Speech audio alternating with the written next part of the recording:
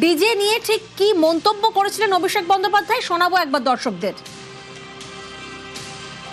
যারা বাংলাকে বঞ্চিত করেছেন, আমাদের লাইনে দাঁড় করিয়েছেন আর আমাদের বাংলাদেশি বলে দাগিয়ে দিয়েছেন, 4 তারিখে রবীন্দ্রসঙ্গীতের সাথে হালকা করে একটু ডিজেও বাজবে। রবীন্দ্রসঙ্গীত তো প্রতিবার বাজে, তার সাথে হালকা করে একটু ডিজে বাজবে। এবার যারা বেশি লম্পজম্প করছেন, আমাদের সৌজন্যতা, আমাদের দুর্বলতা নয়। আমাদের যদি ভেবে রাখেন যা ইচ্ছা তাই করবো আর তৃণমূল চুপ থাকবে, বাংলার মানুষ চুপ থাকবে, জবাবটা এমন ভাবে দিতে হবে, কড়ায় গন্ডায়। এই মুহূর্তে আমরা যোগাযোগ করতে পেরেছি মামলাকারী আইনজীবী রাজীব সরকারের সঙ্গে। রাজীব বাবু, 15ই জুলাই কণ্ঠস্বরের নমুনা দিতেই হবে অভিষেক বন্দ্যোপাধ্যায়কে। হাইকোর্টে বড় ধাক্কা অভিষেক বন্দ্যোপাধ্যায়ের, আপনার প্রতিক্রিয়া? দেখুন, হাইকোর্ট তো রায় দিয়েছে এবং এটা উনি কেন বারবার এড়িয়ে যাওয়ার জন্য, ভয়েস সেন্ট্রাল এড়িয়ে যাওয়ার জন্য উনি কেন বারবার হাইকোর্টে যাচ্ছেন এটা আমাদের বোধগম্য হচ্ছে না। যেটা আরো আমাদের সবথেকে বড় অবাক লাগছে যে আজ বিধাননগর এসডিএম কোর্টে ওনার আইনজীবী পর্যন্ত এসে দাঁড়াচ্ছে। এটার মানে দাঁড়াচ্ছে যে অভিষেক ব্যানার্জি মানে উনি কোনোভাবেই এই আপনার যে লোয়ার কোর্ট মানে বিধাননগর এসডিএম কোর্ট তাকে উনি অবজ্ঞা করছেন। এটা আমরা বরাবর দেখেছি। প্রতিদিন সিআইডি, ফরেন্সিক সবাই এসে দাঁড়িয়ে থাকছে, বিকেল 4টে অব্দি তারা দাঁড়িয়ে থাকছে। আমিও দাঁড়িয়ে থাকছি, যেহেতু আমি একটা কমপ্লেন আমাকেও থাকতে হচ্ছে। আমরা ঘন্টার পর ঘন্টা অপেক্ষা করছি, উনি আসছেন না। লোয়ার কোর্টে ওনার আইনজীবী পর্যন্ত এসে দাঁড়াচ্ছেন না। তার মানে উনি লোয়ার কোর্টকে অবজ্ঞা করছেন দিনের পর দিন। তো এটা তো হাইকোর্টের নজরে তো এসেছে এবং হাইকোর্ট ওই জন্যই এতটা মানে ওনাকে তীব্র ভর্ৎসনা করেছেন। ওনাকে দিতে হবে, ওনাকে এই ডিজে মামলায় ওনাকে ভয়েস স্যাম্পল দিতে হবে। যেটা আমার কাছে আরো অবাক লেগেছে, আজকে কোর্টে দাঁড়িয়ে অভিষেক ব্যানার্জির আইনজীবী জাজকে বলছেন যে আমার ভয়েস স্যাম্পল যেন অন্য কোনো কেসে ব্যবহার না করা হয়।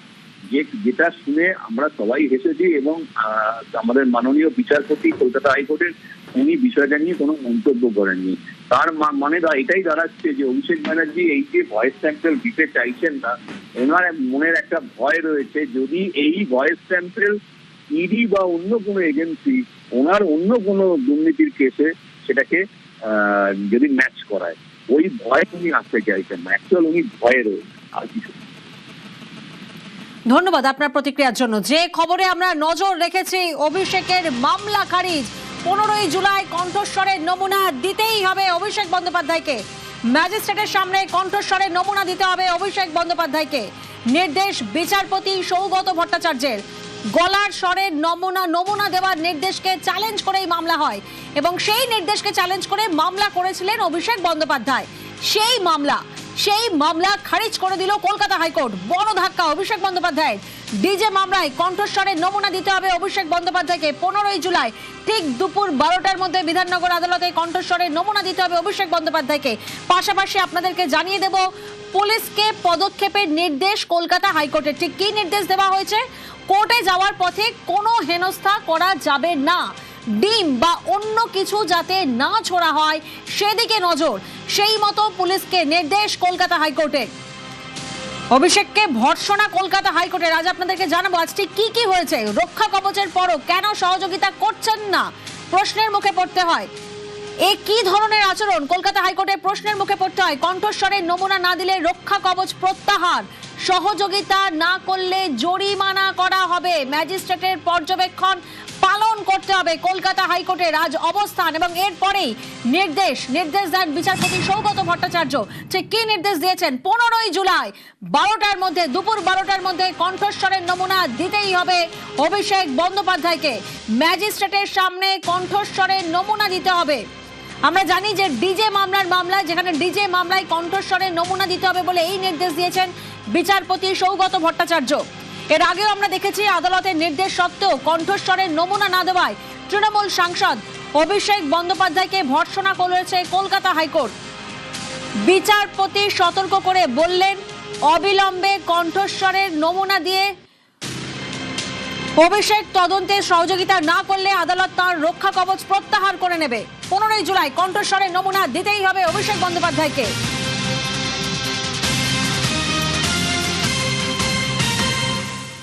আর আমরা যোগাযোগ করেছিলাম এই মুহূর্তে তৃণমূল বিধায়ক কুণাল ঘোষের সঙ্গে, তিনি কোনো প্রতিক্রিয়া দিতে নারাজ।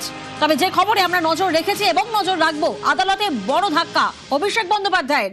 15 জুলাই কণ্ঠস্বরের নমুনা দিতেই হবে অভিষেক বন্দ্যোপাধ্যায়কে। আদালতের নির্দেশ ছিল, তবে তা সত্ত্বেও কণ্ঠস্বরের নমুনা না দেওয়ায় তৃণমূল সাংসদ অভিষেক বন্দ্যোপাধ্যায়কে তীব্র ভর্ৎসনা করল কলকাতা হাইকোর্ট। বিচারপতি সতর্ক করে বললেন, অবিলম্বে কণ্ঠস্বরের নমুনা দিয়ে অভিষেককে তদন্তে সহযোগিতা যদি না করে তাহলে তার রক্ষা কবচ প্রত্যাহার করে নেওয়া হবে। সেক্ষেত্রে তার বিরুদ্ধে কোনো কড়া পদক্ষেপ বা গ্রেফতারিতে আর বাধা থাকবে না সিআইডি। অভিষেকের আইনজীবী যুক্তি গ্রাহ্যই করেনি আদালত। আপনাদেরকে জানাবো ঠিক কি কি আদালতে আজ হয়েছে, রক্ষা কবচের পরও কেন সহযোগিতা করছেন না অভিষেক বন্দ্যোপাধ্যায়, এটি কি ধরনের আচরণ। কণ্ঠস্বরের নমুনা না দিলে রক্ষা কবচ প্রত্যাহার করা হবে, সহযোগিতা না করলে জরিমানা করা হবে। আজ কলকাতা হাইকোর্টের পর্যবেক্ষণ, ম্যাজিস্ট্রেটের পর্যবেক্ষণ পালন করতে হবে এবং এরপরেই অভিষেক বন্দ্যোপাধ্যায়কে বিচারপতি সৌগত ভট্টাচার্য নির্দেশ দেন 15 জুলাই ঠিক দুপুর 12টার মধ্যে কণ্ঠস্বরের নমুনা দিতেই হবে অভিষেক বন্দ্যোপাধ্যায়কে।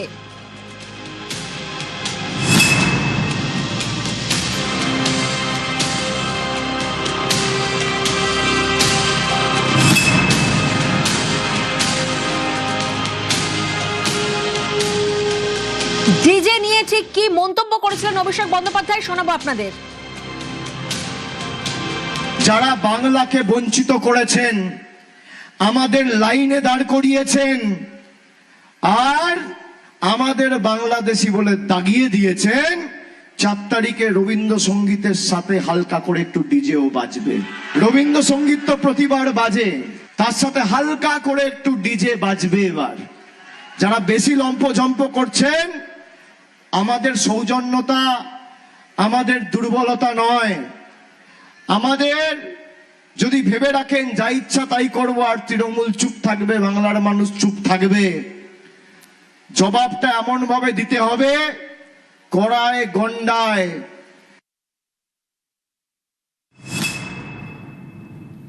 আর এই মুহূর্তে আমরা যোগাযোগ করতে পেরেছি নব তৃণমূলের নেতা আখরুজ্জামানের সঙ্গে। আখরুজ্জামান বাবু, অভিষেকের মামলা খারিজ করা হয়েছে। আমরা দেখেছিলাম বারবার কণ্ঠস্বরের নমুনা দেওয়ার নির্দেশ থাকলেও অভিষেক বন্দ্যোপাধ্যায় তিনি আদালতে যাচ্ছিলেন না কণ্ঠস্বরের নমুনা দিতে। এবার বিচারপতির নির্দেশ, রক্ষা কবচ প্রত্যাহার করে নেওয়া হবে। 15 জুলাই দুপুর 12টার মধ্যে কণ্ঠস্বরের নমুনা দিতেই হবে অভিষেক বন্দ্যোপাধ্যায়কে। আপনার প্রতিক্রিয়া? দেখুন, আইনের ঊর্ধ্বে কেউ নয়, আমরা সকলে আইনের মধ্যে আমাদের অনুশাসনে চলতে হয়। কেউ যদি মনে করেন আইনের ঊর্ধ্বে, তাহলে উনি মূর্খের স্বর্গে বাস করছেন। আমাদের উচ্চ আদালত যে রায় দিয়েছে, সেই রায়কে উনি যদি বুদ্ধিমান হন, বিবেকবান হন, ওনাকে মান্য দেওয়া উচিত। এখন উনি যে ধরনের মন্তব্য করেছেন, বাংলার সংস্কৃতিতে এই মন্তব্য আমরা মনে করি যে সম্প্রীতি এবং আমাদের যে ধরনের অশান্তি তৈরির বাতাবরণের মতো উনি বক্তব্য রেখেছেন, এই বক্তব্যটাকে সঠিকভাবে এটারও আইনের আয়ত্তে আনা উচিত বলে আমি মনে করি। যেহেতু হাইকোর্টের অর্ডারকে মান্যতা দিয়ে ওনাকে ওনার কণ্ঠস্বর পরীক্ষা করা উচিত বলে আমি মনে করি। বেশ, ধন্যবাদ আপনার প্রতিক্রিয়ার জন্য।